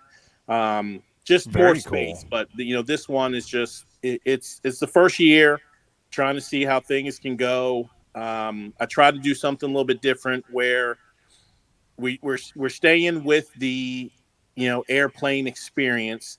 You'll get your ticket that looks just like, an airplane ticket. We're giving the first pre-orders, the pre-registration that ended, the first of the year. We're sending them, a little gift to just say thank you, but then also just to show people again, we're staying kind of to the, airplane theme of it. And hopefully, just kind of continue, that aspect. With it being the 23rd kind of sucks because, there's going to be so many other shows going on, at that time. So, we're going to miss some. So next year, we're going to move it to the first week in March. So I can still be able to go to the other shows that will be going on during that same weekend. Yeah, I hear you. So when we had talked earlier in the week, it was like, I think it's OBI, Forbidden Fantasy, and Alter Metal is all that same weekend. And, you put this event together, and maybe you didn't have the flexibility that you're maybe going to have for next year. But what I would tell people is if you Google Terminal Takeover Car Show or Truck Show, you're going to land on a couple of pages. I landed on, when I was doing some research, like allevents.in, and it kind of basically, shows that just general events, but then it links over to the terminaltakeover.bigcartel website, I believe. Yes, that's the website that we have for you to register, which now I have it where you can still register now because, like I said, only 250. So if you register now, that definitely, secures your spot on the tarmac. So if we get to the 250 before the day of the show, then I won't have any, day of the show entries because we're going to be all booked up. Yep. And I like to, that I would tell any potential folks that if you're listening to this and you could try to go out and support Glenn and his fam, that I think it was $5 spectator fee, but then you're going to have the barbecue, the whole plate price, which, is more than fair because with the low entry fee, keep me honest, that's going to help someone go, hey, okay, kids were free. I'm $5 to get in. Now I can go get me a plate of food. Right. Well, now the plate of food, that's just Friday. That's just Friday, and it's $20. Just $20 Friday. That covers all. It's barbecue. I got it. Beans, your coleslaw, your drink, your dessert, and I'm sure we're going to have extra. So I'm sure people are going to be able to go back and have extra. Right. This was more of just to kind of get a count of people going to be there that want to eat. And plus, I wanted to have everyone experience the Carolina style of barbecue, not that North Carolina with that crap. You're getting that sauce. You're getting the sauce. That's what we want you to understand. And not the Memphis either. This is Carolina stuff. So that's my main thing, is to let you experience the Carolina feel. I like it. And like I said, folks, you can go terminaltakeover.bigcartel.com. That'll land you right on the main site. There's the T-shirt prices. There is the day of show registration and separate barbecue plate dinner. So it's kind of cool that I'm a big proponent for, if someone can make the experience super easy for a showgoer. And like here, what you've got is like the day of show registration. You can click that, or you could do the pre-party barbecue plate per person, and all the prices are listed there. So it's more than fair. And I could tell you this, years ago, I would travel to Greenville. Verizon Wireless had a huge call center there. And one of the nights, a couple of the times, we went to downtown Greenville. We went to one of the baseball games, and I got to experience that whole area in the evening time at night. And man, it was a blast. It kind of has like a hometown feel, totally different than where I'm from here in Tampa. And it was just a great experience. So I would tell people that, hey, many of you live within an hour or two or so, spread the word. If one of those other shows isn't something you were planning to go to, but you want to do something around the springtime, Terminal Takeover is an option, right, Glenn? Oh, yes. And for you mentioning that's the other thing. So during the day of the show, we're going to have sumo wrestling, which I have a huge wrestling belt that for the winner for that one gets to walk away with it. The only thing is you have to bring it back next year to defend your title. Dude. Then we also have a hot dog eating contest, which no bun, just straight dog. And, it's the battle of the stomach. And so I want that going on. But then after the show, the show's going to end at 5. We're going to be done at 5. Everyone go home, shower, do what they need to do. But then we're meeting back between 6:30 and 7 at the mall, which is right around the corner from the show, and in between the show and downtown Greenville. Because once we meet there, then we're going to cruise from the mall to the downtown area that you were talking about. Yeah, I've got nice. the city is going to mark off some spots for us to park. So it'd be cool to have all the cars and trucks together right by that Greeley Bridge. And then from there, I've got one place that we all going to meet at the beginning, a little brewery. But after that, we've got everything else is in walking distance. You know, we can go to the baseball field. We can go to, there's a couple places that are like indoor. It's all in one. So it does have the indoor golfing. It has the indoor hatchet throwing, you know, everything. So I want to give everyone the downtown Greenville experience that Saturday night. So Sunday, when you wake up, you can either, you know, get yourself together and go on home, but then you have an idea. So if you ever decide to come back to Greenville, you know, you have an idea what you want to do. And also just give me a holler. You know, I'd love to meet up with everyone coming back and we can hang out that night. But I just want to give everyone the experience of Greenville, South Carolina that we can offer to them. Dude, I love it. And also remember, folks, this is going to be a time of year before it starts to get really warm. So especially being from the South, you can expect some beautiful weather. And, you know, I would encourage you guys and ladies, you know, to try to go. And even if it's something you can't do, maybe send the link to one of the club mates or people in that area to say, hey, go support the big homie Glenn. Now, Glenn, I got a couple more questions for you before we wrap it up. I got about 15 minutes. What I wanted to do is I wanted to show folks on the screen here. So we're going to move away from sexy ass Glenn. I'm showing a photo of your full size. I love that it's a crew cab, long bed, repping the Topper gang, as our friend Jason Diener once coined. Super low truck. I know we probably don't have enough time to go through all your vehicles. I'll show one other one in a moment. But this rig is pretty cool, man.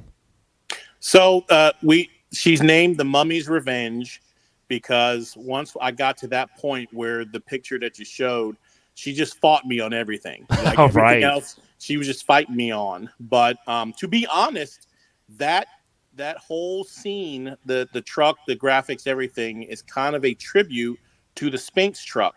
That was the red Mazda. Very cool. Yep, we can see some of it in here. Yeah, yeah, definitely the hood for sure. Charles Armstrong, shout out to him, the big homie. He's got his lineage, his work on that truck, an amazing truck.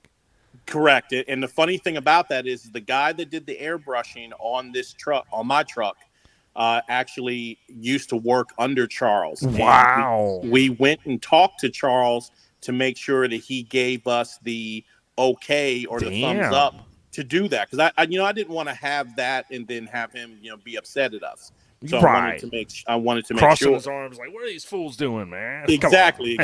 So, he gave us the green light and he loved it, and my guy that did the work doesn't do any more vehicles. He does is all of the city murals for Oklahoma City and Enid. So if you go to a high school and you see like the mural on the side of the wall, that's what he does. And that's sick. Dude. And he basically said, he goes, I'm not going to lie, I'm almost losing money by doing vehicles because I can do a wall in 2 days, but a car could take me a week, right? And all that stuff. So mine was the last one. And I thanked him because I didn't think we were going to get it done. Obviously, Oklahoma from South Carolina is pretty far. Oh, yeah. And when we took that trip, Daryl Poe, Kelly, Stacy, all of us, when we went to Vegas, he saw and he was like, dude, you're coming back by me. Drop the truck off. If you drop the truck off, I promise,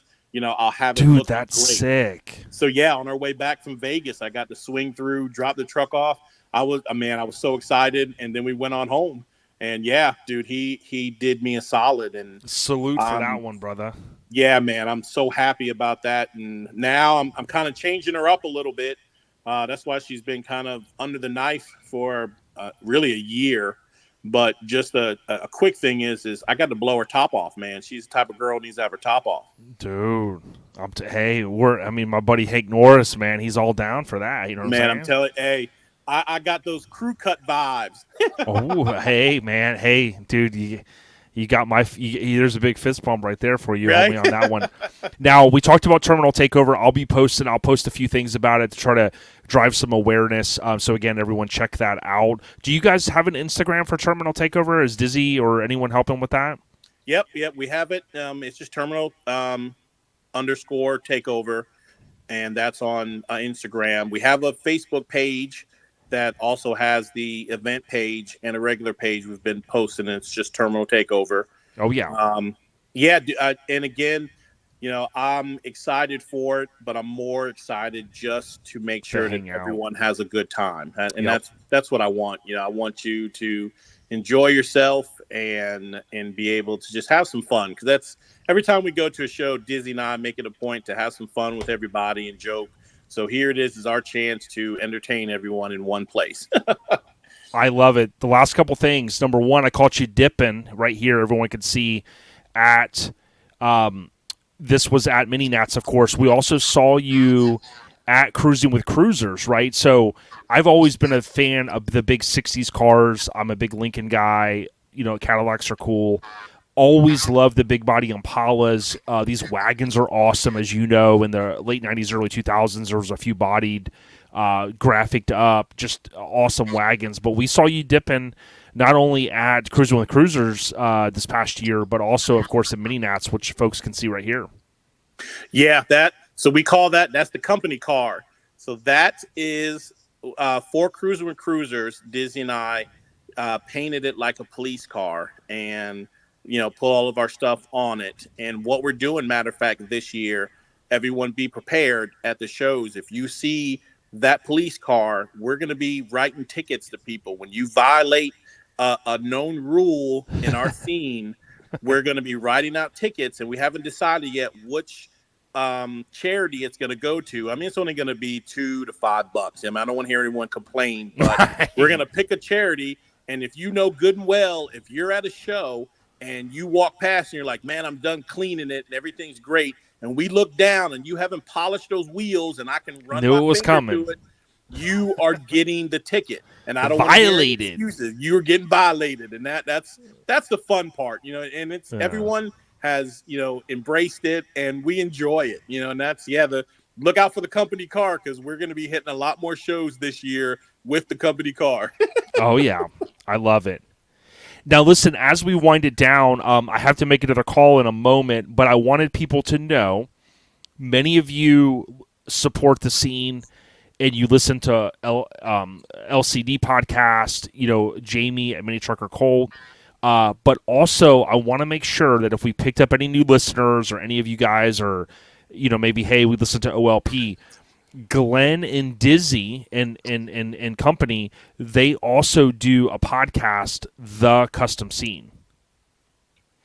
Correct. And, that we're a little bit different, but we're here to entertain you guys for sure. And I'm not going to lie, we've been kind of slack since the beginning of the year. We're kind of waiting until probably in about 2 weeks, we'll get back up, ramped up, and really start opening up again like we normally do. But, we're all about the scene. We're all about anything, that we can do for our scene and for people. We post up shows, coming up. And I tell everyone, if you've got a show or anything going on, just give us a holler so we can make sure and promote it. And, anybody wants to come on and talk about, how they got into the scene or their rides or whatever, get a hold of us, because everyone's got a story. Everyone's got a story, and we'd love to hear it. Yeah, I love it. I want to give a huge shout out to Don Dizzy Davis. He's a good dude. Of course, he's a partner in crime of yours, but I know he's I know. I mean, listen, at this point, if he's even still listening to OLP, I know his head's going to get blown up. But the thing that I'll say about Dizzy is, I know, just like our friend DJ Mays, right? And so many of us, we've gotten involved in other aspects of the scene, not just taking a ride to a show. So a lot of us do get busy, right? And I always tell Mays, hey, listen, I know we don't always sync up. It seems like it could be several weeks or a month or two before we, get on the phone and chat. We'll join his, of course, live stream here and there. But I think one thing I've learned by talking to you today and the other day was we all have different passions. Some of us drive, our lineage, as Ronnie would say with his word, goes into like the BMX stuff, and then it kind of goes over to the mini truck world. Of course, with you've got some of the toy passion. I know Frank does as well from Aftermath. But at the end of the day, it comes down to the passion that we have for the scene, and a lot of us have grown out of just going to a show. You guys are, you're throwing the show now and a lot of that stuff. So it take, like my mother-in-law always said, with raising our son, it was like it takes a village, and I think I truly feel that way in the mini truck scene. It takes a little bit of part of everyone, someone coming out to go to an event, buying a registration, buying a show shirt, paying a guy to paint his ride like you did with the graphics. So, again, I just tip my cap to you. I think you're a great guy. I wanted to have you on a long time. And, I know you've been doing this a damn long time. So, salute, brother. Listen, I appreciate it, man, because like I told you before, the content that you put out is just ridiculous, and nobody can keep up. When you were in Vegas, man, I was just like a kid in a candy store, like waiting to see what else you're going to post up, and just seeing all the fun that was going on. And again, I'm just like, damn it, why didn't I go? Type of thing, because it was great. But real quick, man, I feel like an idiot. When you mentioned it at the show, I mean, the main man himself is going to be hitting the ones and twos. I'm going to have DJ Mays at the show. And I can't believe I didn't say it, man. I'm sorry. It's all good. I'm sorry, Mays. I'm sorry. Don't get mad. Man, he doesn't listen anyways. He hears us talk about football for 1 second, and dude. Oh, yeah, and he dips. Bro, we've got a bug tracker on his phone, and he stopped listening. He goes, yo, you guys don't come to all the live streams, man. I ain't listening. No, I'm just kidding. But DJ Mays is a great guy. You guys are great guys. None of us are perfect. Some of us have a little bit more time than others, and I know I obsess over some of the things I do.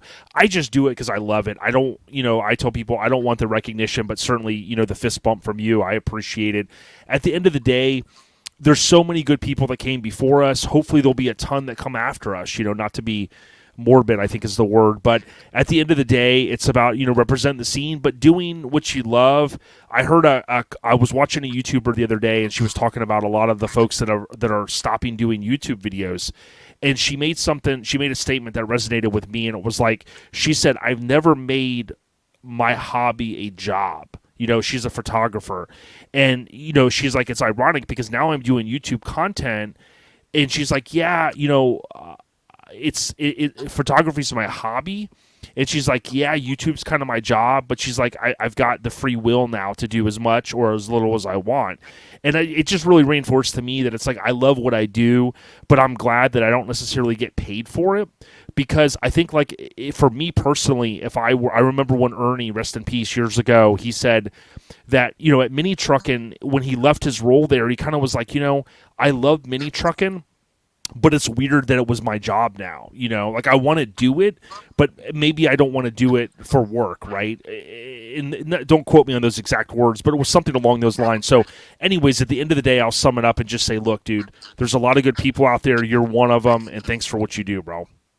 Hey, listen, I appreciate it 100%. And, I'm just tickled that we were able to finally link up, yeah, we're buddy. Always, seeing each other at shows and stuff. So yeah, dude, Again, I appreciate everything that you do, and I appreciate everyone that listens and is in the scene. And it's just, man, I always tell, me and Dizzy always say, until it's no longer fun, we're going to keep doing it to the day we die. I love it. Well, hey, GB, I'm going to have to get you a Green Bay Packers hat because, when I see GB, I think Green Bay. But in all seriousness, brother, if we can make it up, I'll do my best. I love the Greenville area. I would highly encourage people to check out Terminal Takeover, certainly if you can. And Glenn, it's been a pleasure. We got to do this more often, and you guys stay on the rise, my brother. Yes, sir. I really appreciate it, man.